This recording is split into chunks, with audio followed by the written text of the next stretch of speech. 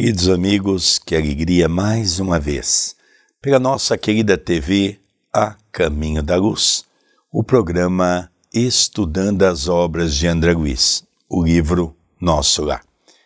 Para a nossa alegria e a nossa tristeza, alegria por ter tido a sua presença ao longo do estudo desses 49 capítulos mais o prefácio. E a tristeza porque hoje estaremos estudando o último capítulo desse projeto, que é o projeto Nosso Lar. A nossa gratidão a você, o nosso querido telespectador, por esta obra genial, que nós tentamos de toda maneira, de maneira fidedigna, falar um pouquinho de André Luiz, falar um pouquinho de Nosso Lar, compreender aquelas pequenas distorções que houve no livro de maneira proposital, para que as pessoas não compreendessem quem seria esse grande médico. Poderia ser Oswaldo Cruz ou poderia ser Carlos Chagas.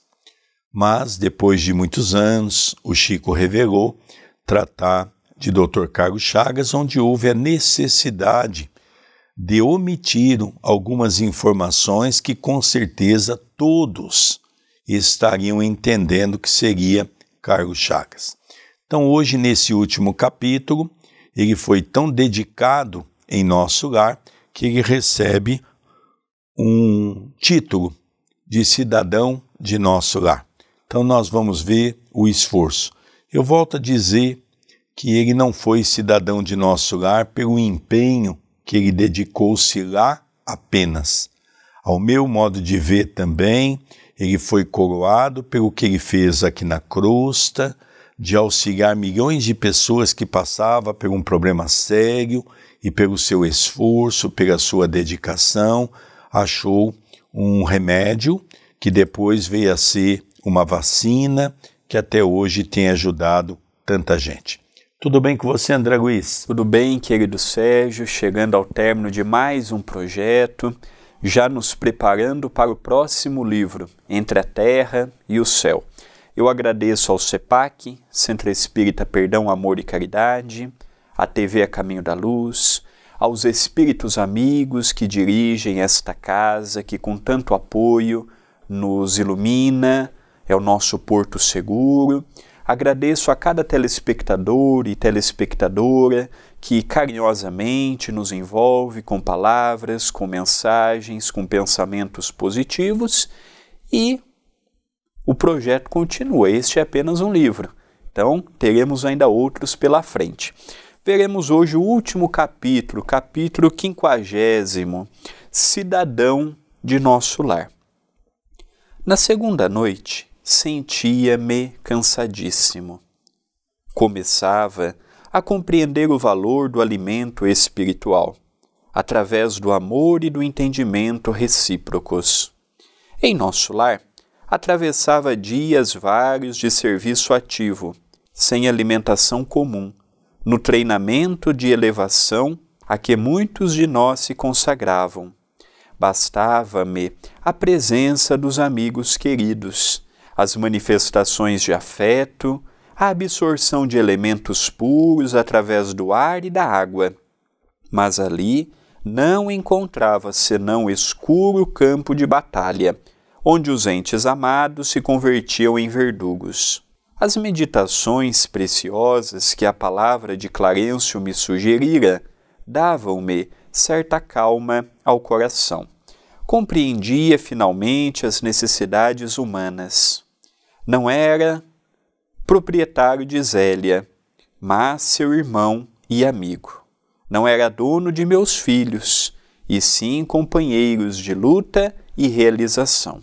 É interessante notar que se você estiver assistindo esse programa pela primeira vez, termina de assistir, mas recomendo que você possa ir no YouTube da TV A Caminho da Luz e acompanhe desde o prefácio.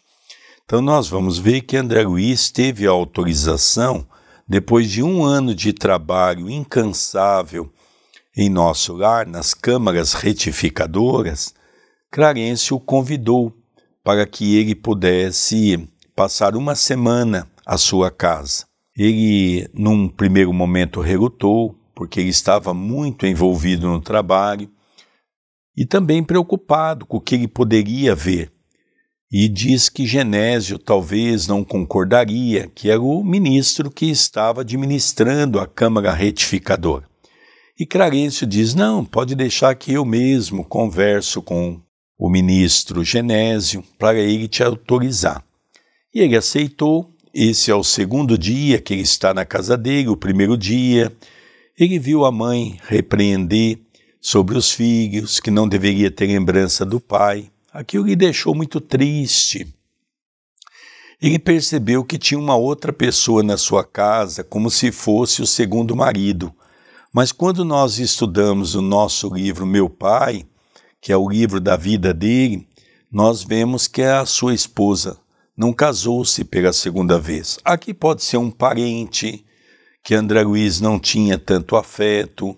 Aqui era para despistar um pouco nesse último capítulo, porque até então as mensagens batem. Por exemplo, há um certo momento na biografia de Carlos Chagas que diz que ele teve 2 filhos, o Carlos e também o Evandro.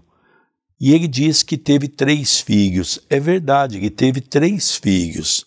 Maurício, que é o terceiro filho, nasceu e desencarnou com 1 mês de existência, onde Carlos Chagas não chegou a conhecer esse filho, porque ele estava no campo de trabalho, afastado, e a sua esposa estava na casa de familiares, numa cidade de Minas Gerais, Juiz de Fora. Então nós vamos começando a encaixar todo esse quebra-cabeça, né, André Luiz? Apenas um ponto interessante, quando André Luiz nos fala, em nosso lar, atravessava dias vários de serviço ativo, sem alimentação comum, no treinamento de elevação a que muitos de nós se consagravam. Então, os espíritos conscientes, eles já procuram dar no mundo espiritual uma atenção para a alimentação. Então, aqui ele fala que a alimentação dele no mundo espiritual não era comum. Então, ele fala que ele ficava muitos dias no plano espiritual trabalhando e esta alimentação era diferenciada. E ele também fala, bastava-me a presença dos amigos queridos, as manifestações de afeto, a absorção de elementos puros através do ar e da água.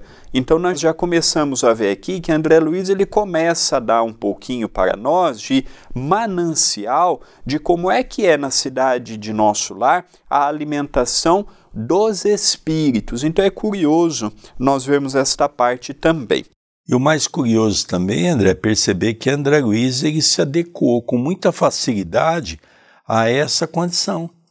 Isso, logicamente, nós percebemos que André Luiz teve uma adaptação muito rápida, por isso que ele está recebendo o título de cidadania de nosso lar. Recordei que a senhora Laura, certa feita, me afirmara que toda criatura no testemunho deve proceder como a abelha, acercando-se das flores da vida, que são as almas nobres no campo das lembranças, extraindo de cada uma a substância dos bons exemplos, para adquirir o mel da sabedoria. Agora ele começa a perceber que nem a sua esposa e nem os seus filhos são perfeitos como ele gostaria que fosse. Que a reação com a morte dele foi uma reação negativa para aquela casa. Nós já comentamos até sobre isso. Antigamente, por exemplo, principalmente a mulher, quando o marido desencarnava, ela ficava o resto da sua vida de luto, vestia toda a roupa preta. Então, logicamente, a morte trazia, principalmente para quem não tinha uma ideia espiritualista, a morte era algo muito dolorida. E ele vê Dona Zélia, ou a Zélia, como ele chama, repreender os filhos, que estava com saudade. Até num capítulo passado a gente vê um dos filhos perguntar, mas é ruim ter saudade de quem partiu? Então nós percebemos que a resposta que ela dá é uma resposta que deixou ele bastante magoado. Por quê? Porque lógico que tanto a saudade vem daqui para o alto, quanto do alto para quem está aqui. Então nós percebemos que, por isso que ele fala que ele está cansado. Realmente isso desgastou muito ele. Apliquei, ao meu caso, o proveitoso conselho e comecei recordando minha mãe. Não se sacrificar a ela, por meu pai, a ponto de adotar mulheres infelizes como filhas do coração? Nosso lar estava repleto de exemplos edificantes. A ministra veneranda trabalhava séculos sucessivos pelo grupo espiritual que lhe estava mais particularmente ligado ao coração. Narcisa sacrificava-se nas câmaras para obter endosso espiritual de regresso ao mundo em tarefa de auxílio. A senhora Hilda vencera o dragão do ciúme inferior. E a expressão de fraternidade dos demais amigos da colônia? Clarencio me acolhera com devotamento de pai. A mãe de Lísias me recebera como filho, Tobias como irmão. Cada companheiro de minhas novas lutas me oferecia algo de útil à construção mental diferente, que se erguia, célere, no meu espírito. Então, André Luiz ele foi vencendo as suas barreiras no antigo lar, lembrando das pessoas que estavam ao seu lado, do exemplo abnegado de sua mãe, que estava reencarnando, em auxílio ao pai de André Luiz e aquelas duas infelizes. Lembrou de Veneranda, que há séculos trabalhava por pessoas que ainda não haviam encontrado o caminho do bem.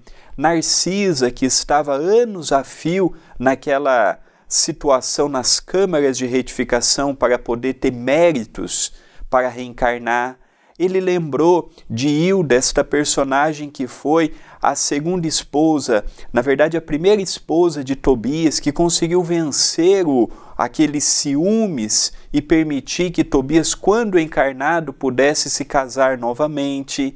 E no mundo espiritual vivem sob o regime da fraternidade. E aqui ele vai declinando os nomes, que para ele se tornou exemplo. E esta mistura de exemplos é o que dará a ele condições para ajudar Ernesto, o segundo marido de sua esposa, que na verdade foi um personagem plantado, mas que tinha alguma relação com o seu coração.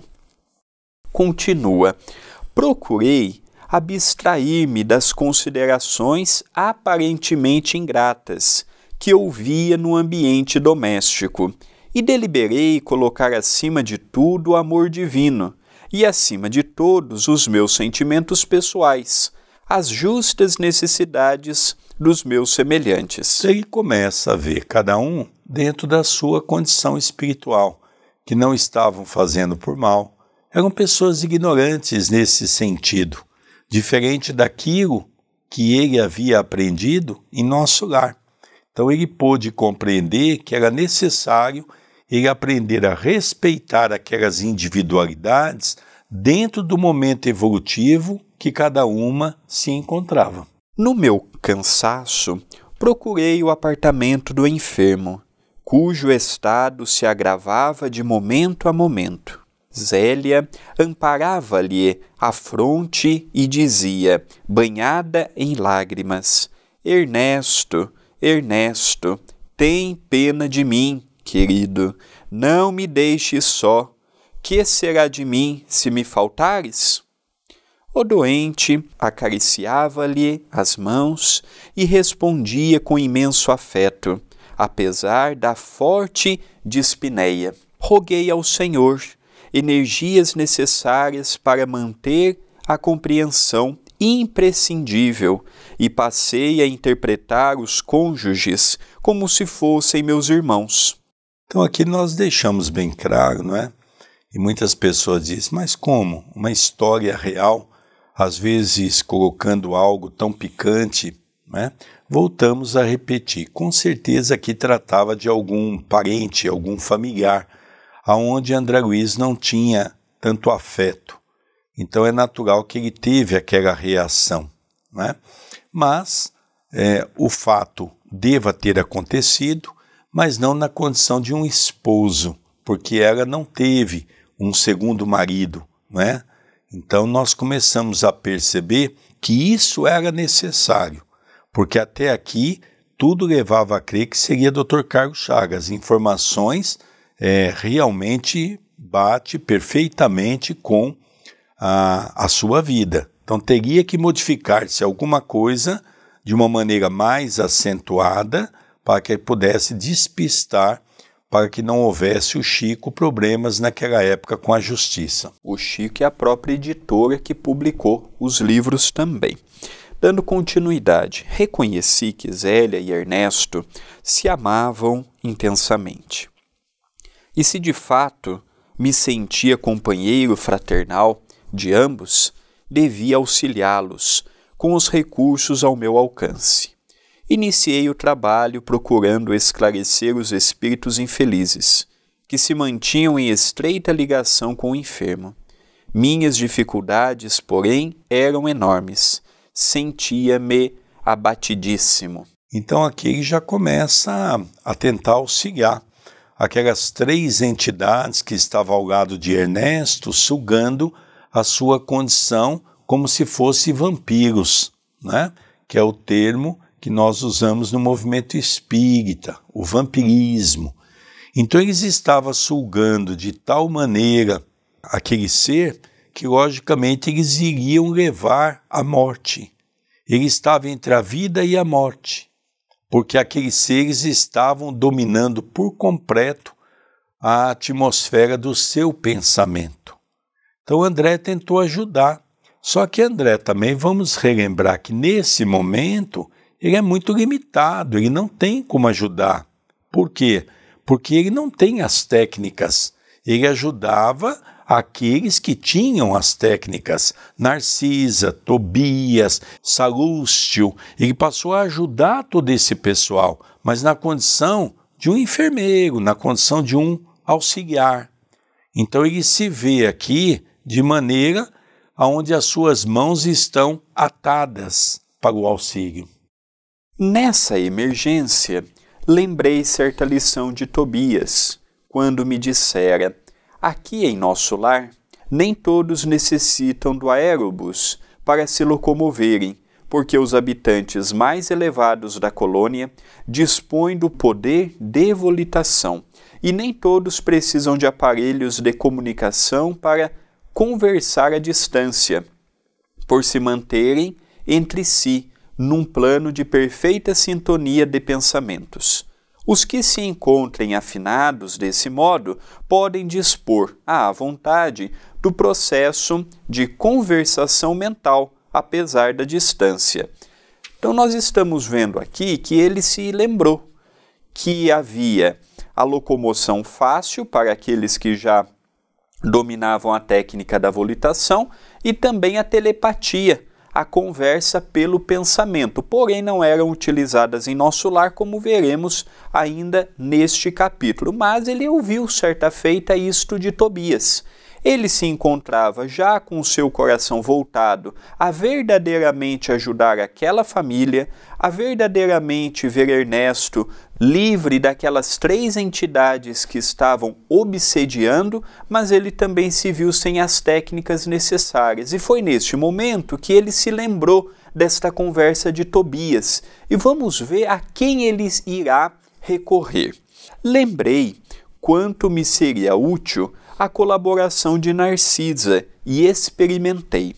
Concentrei-me em fervorosa oração ao Pai e nas vibrações da prece dirigi-me a Narcisa, encarecendo socorro. Contava-lhe em pensamento minha experiência dolorosa, comunicava-lhe meus propósitos de auxílio e insistia para que me não desamparasse. Então ele sabia que tinha alguns espíritos em nosso lar que já havia desenvolvido a comunicação pelo pensamento. Mas ele nunca havia usado. Mas ele percebia como funcionava, ele sabia a técnica. Então ele entra em prece e dirige uma mensagem a Narcisa. como se tivesse no telefone. E ele então conta a Narcisa os problemas que ele está vivenciando. Será que Narcisa ouviu a sua rogativa? Aconteceu então o que não poderia esperar. Passados 20 minutos, mais ou menos, quando ainda não havia retirado a mente da rogativa, alguém me tocou de leve no ombro. Era Narcisa que atendia sorrindo. Ouvi seu apelo, meu amigo, e vim ao seu encontro. Então aqui agora, lógico que nós vamos demandar ainda muito tempo para entender a força do pensamento. Nós vemos que André Luiz, nas suas obras, nos diz que pensamento tem cor, que pensamento tem cheiro, que pensamento se materializa, que pensamento se constrói. Então nós sabemos que o pensamento ele é algo muito forte. Durante 20 minutos ele entrou na mais pura oração, entrando em contato com Narcisa. E depois de 20 minutos, Narcisa chega e ele não percebe. Ela toca-lhe ao ombro e o desperta do transe.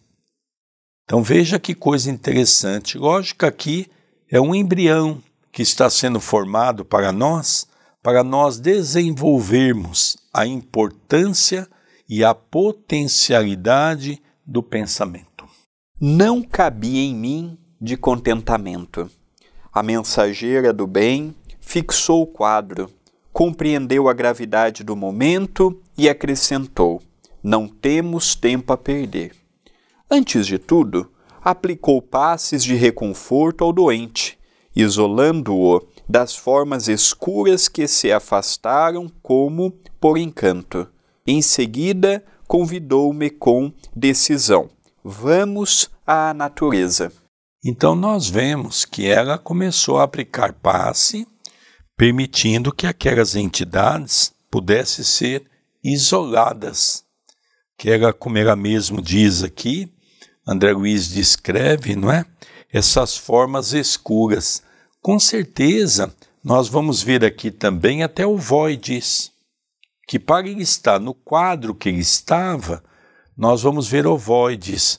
Para você conhecer um pouco melhor a questão dos ovoides, estude conosco pela página da web da TV A Caminho da Luz, o livro Libertação. Você vai encontrar o que é um ovoide, o que ele faz com a pessoa quando colocada ao lado da mente da criatura. Então é exatamente o que nós estamos vendo aqui, mas ele não tinha condições ainda de descrever esse quadro para nós. Acompanhei-a sem hesitação, e ela, notando minha estranheza, acentuou: não só o homem pode receber fluidos e emiti-los. As forças naturais fazem o mesmo, nos reinos diversos em que se subdividem. Para o caso do nosso enfermo, precisamos das árvores. Elas nos auxiliarão eficazmente. Poucas pessoas sabem que o maior trabalho que Chico Xavier teve no campo da mediunidade não foi as cartas do Correio do Além, não. Foi o trabalho que ele desenvolveu desde os 17 anos com receituário de homeopatia e fitoterapia. Então nós percebemos que Dr. Bezerra de Menezes, ele durante muitos anos, inclusive o Chico, quando chegou em Uberaba, o Chico continuou esse trabalho do receituário. Nós temos uma entrevista com a doutora Marlene Nobre, que ela conta para mim e para o nosso querido André Luiz, que estivemos na sua casa um mês antes dela desencarnar, e ela conta que Valdo havia lhe convidado, a pedido do Chico, para que ela pudesse trabalhar com eles. Então ela fazia um papel de secretária deles. E ela acompanhou durante muitos anos. E ela contou para nós que numa noite o Chico recebia 300, 400, 500 receitas pelas suas mãos, pela inspiração do Dr. Bezerra de Menezes. Então a natureza é rica de nos auxiliar. Então ela diz, André, o magnetismo é importante, nós já ajudamos com o magnetismo. Agora precisamos recorrer à natureza. E nós percebemos que povos antigos já dominavam estas técnicas, como, por exemplo, Allan Kardec nos fala que na época, um pouco antes do advento do Cristo, ele era um sacerdote druida. Os druidas já tinham na natureza um respeito e um domínio do poder das ervas, das raízes, da árvore, do seu magnetismo. Nós vemos também os essênios, uma comunidade que tinha-se na época do Cristo. Então nós estamos falando de algo que não é novo. Para nós, no Ocidente, é novo. Mas quando estudamos, até hoje, por exemplo, na Índia, na China, em outras localidades, se usa muito a questão da medicina voltada para a natureza. Dando continuidade na explicação e na narrativa de André Luiz. Admirado da lição nova, seguia silencioso. Chegados ao local onde se alinhavam enormes frondes, Narcisa chamou alguém, com expressões que eu não podia compreender. Daí a momentos, 8 entidades espirituais atendiam-lhe ao apelo. Imensamente surpreendido, via indagar da existência de mangueiras e eucaliptos. Devidamente informada pelos amigos, que me eram totalmente estranhos, a enfermeira explicou. São servidores comuns do reino vegetal, os irmãos que nos atenderam. Então nós sabemos, por exemplo, dos espíritos elementais. São espíritos simples, que têm um conhecimento muito grande da natureza, e são espíritos que servem aos espíritos superiores para buscar a essência na natureza de determinadas ervas para cuidar de determinadas doenças. Então ele achou tudo aquilo muito estranho, não é?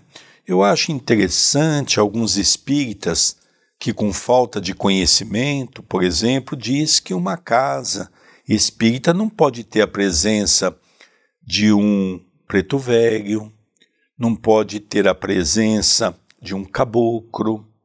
É um equívoco, porque as casas espíritas têm toda essa equipe de trabalho para auxiliar, socorrer a casa.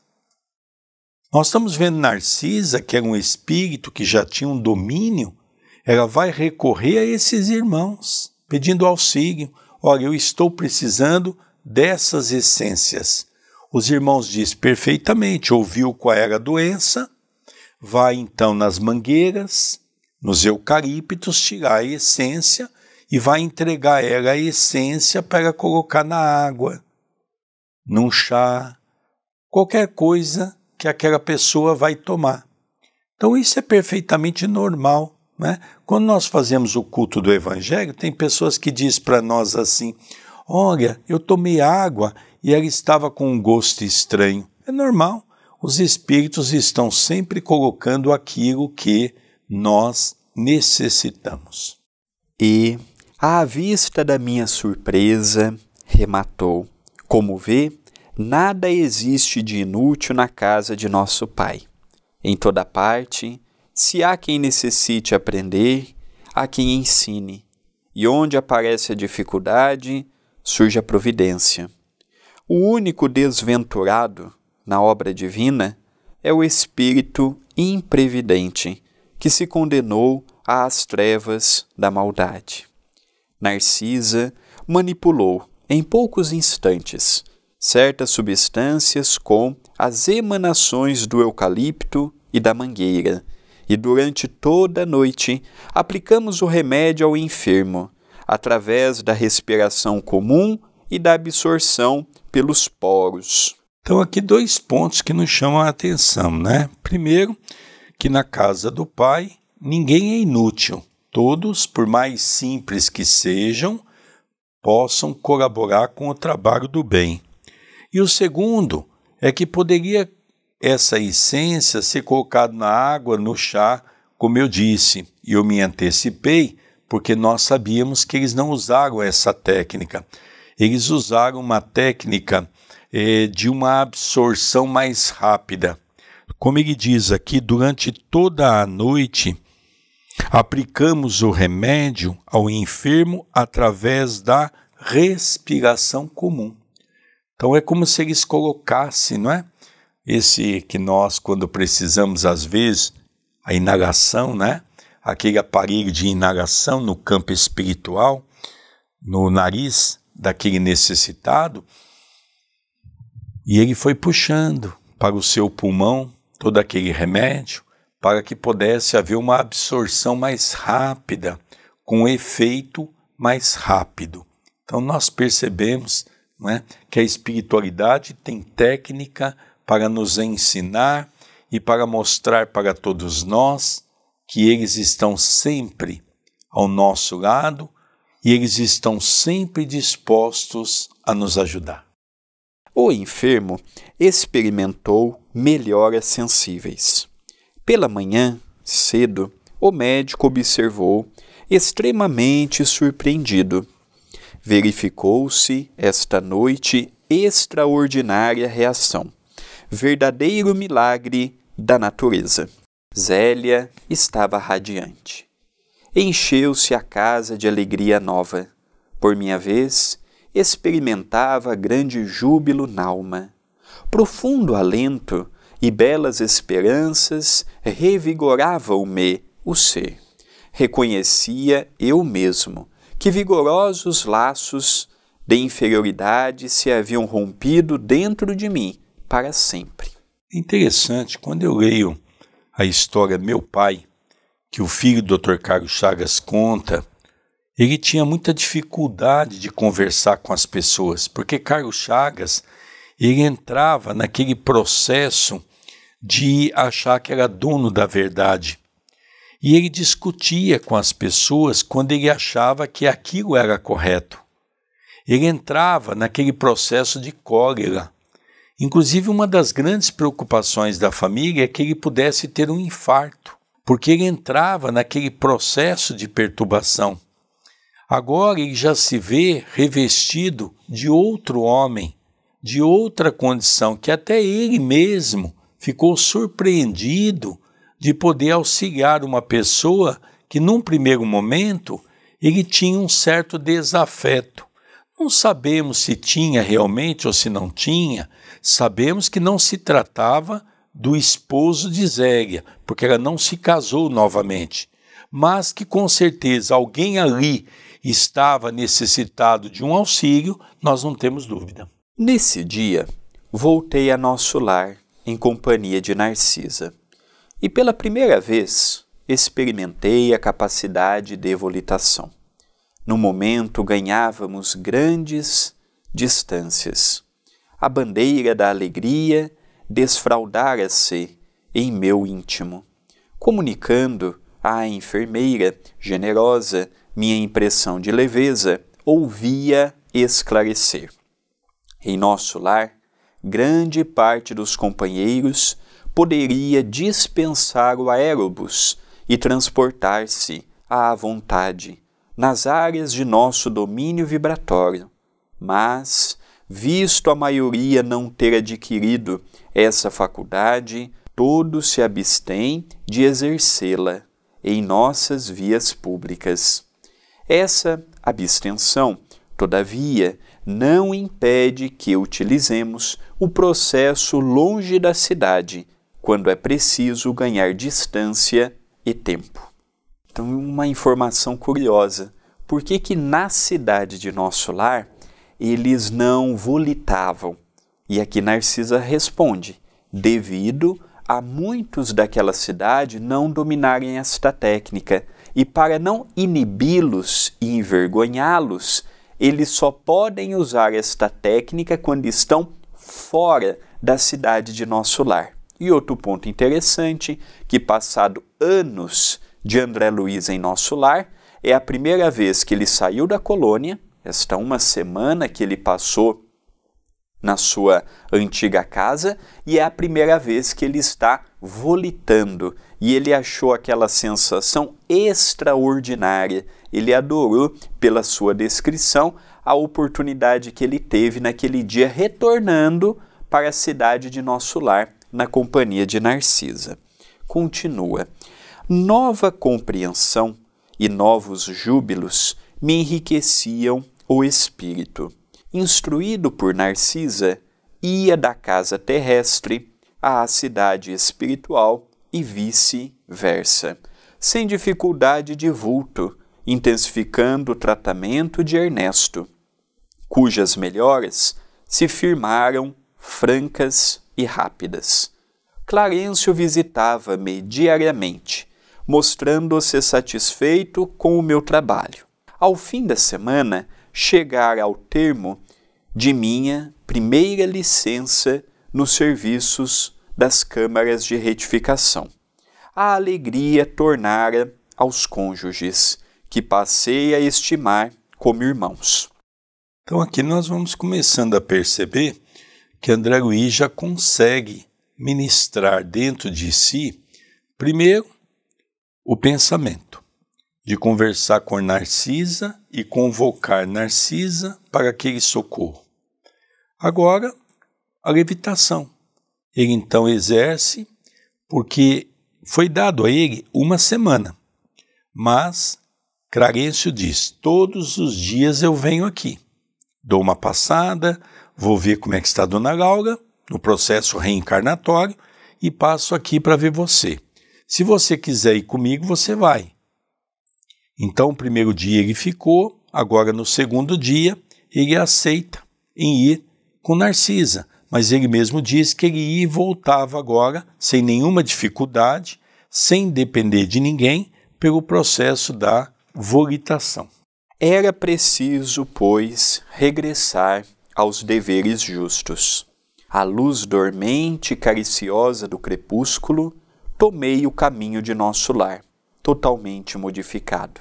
Naqueles rápidos 7 dias, aprendera preciosas lições práticas no culto vivo da compreensão e da fraternidade legítimas.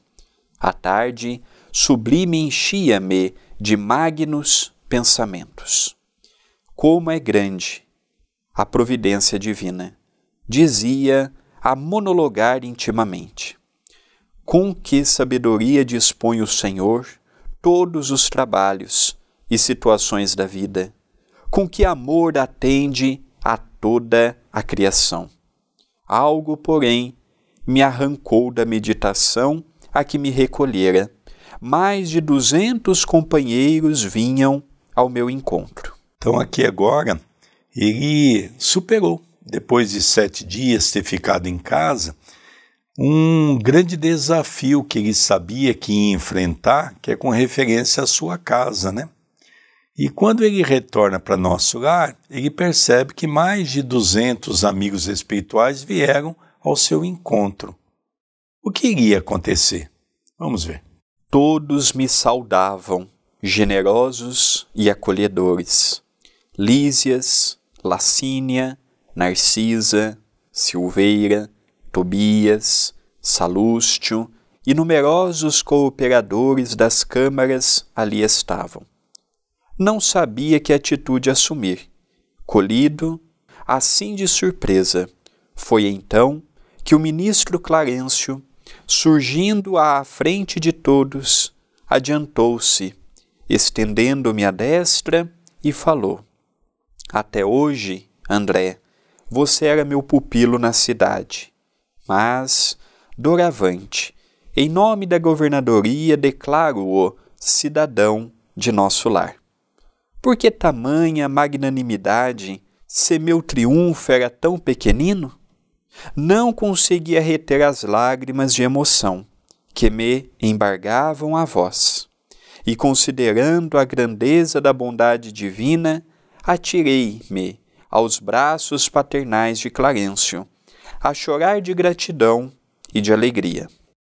Então nós vemos, não é, o esforço, mais de 200 espíritos amigos, numa festividade no plano espiritual, e Clarencio diz que a governadoria o declarara cidadão de nosso lar, pelo seu esforço, pelo seu mérito. Então nós coroamos a leitura do livro com uma parte muito emocionante, valorizando o seu esforço. E sem esquecer também que nosso lar estava recebendo um homem que foi muito importante quando esteve aqui na crosta, um sanitarista, um homem que pelo seu esforço, pela sua dedicação, deixou um grande contributo para a humanidade. E nós vamos em 2 minutos, eu fiz questão de escrever um pequeno rascunho para nós entendermos a grandeza desse homem.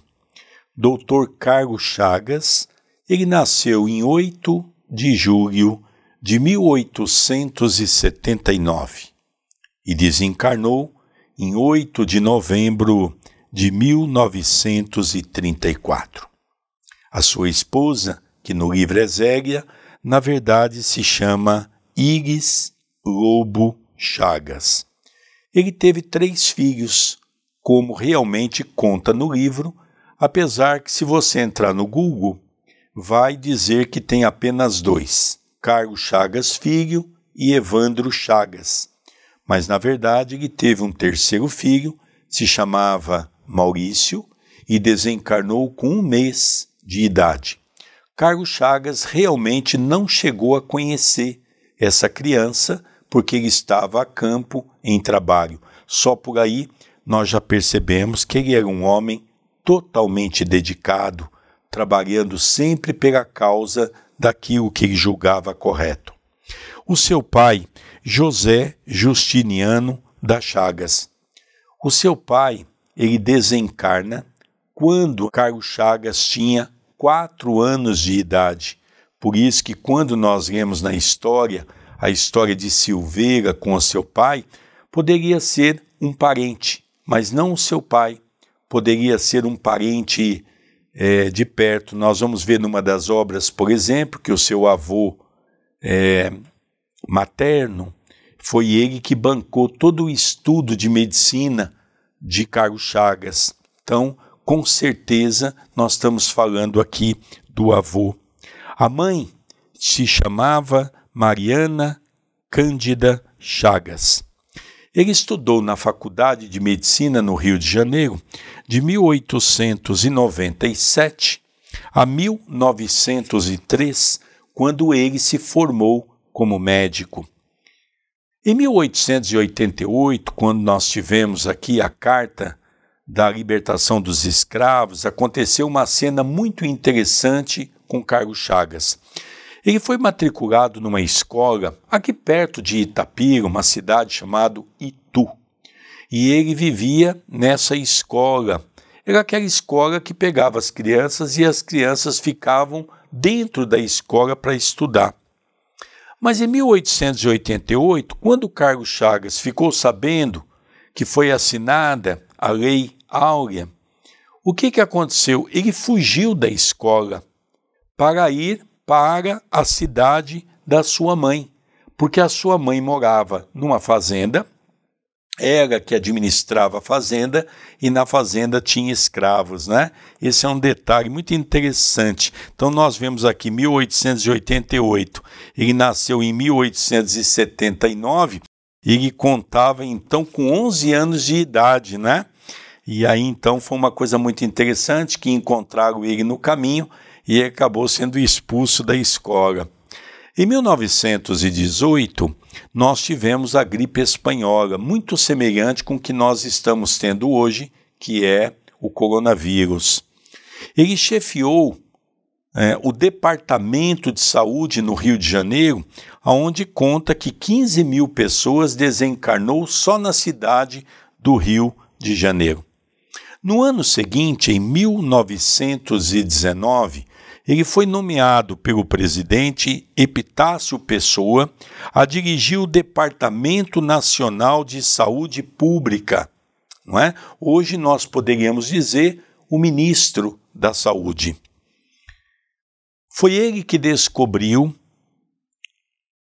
o remédio para o chamado a doença que levou o seu nome, doença de Chagas, que na verdade era um barbeiro que tinha um hábito, um pequeno bicho, que mordia o rosto das pessoas e corria pela corrente sanguínea, fazendo com que o coração ficasse crescendo até o seu desencarne. O nome, protozoário, causador da doença de Chagas.